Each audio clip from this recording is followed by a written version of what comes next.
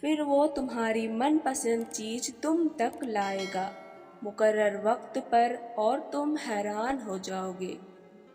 اب تو رمضان کا بھی الوداع ہے۔ یا اللہ اب میری دعاؤں پہ کن کہہ دے۔ حسرت ہی رہے تو بہتر ہے، چاند حاصل ہو جائے تو کہاں چاند لگتا ہے۔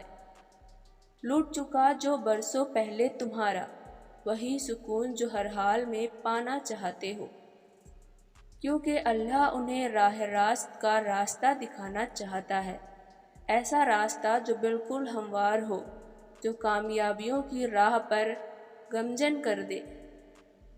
ابھی غم یا پریشانی کے دن آئے ہوئے ہیں تو سکون کے دن بھی تو آئیں گے۔ دن ابھی برے ہیں تو اچھے تو آئیں گے۔ اللہ نے جب کہہ دیا کہ ہر مشکل کے ساتھ آسانی ہے تو پھر غم کس بات کا، پھر تو کوئی سوال بچتا ہی نہیں۔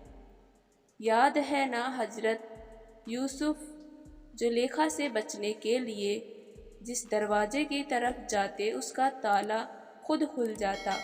ان کو یقین تھا کہ اگر وہ اس مشکل میں ہے تو اللہ ان کے ساتھ ہے، وہ ضرور ان کی مدد کرے گا۔ یہ جو تم میں صبر ہے، برداشت ہے، یہ سب اللہ نے ہی تمہیں دی ہوئی ہے۔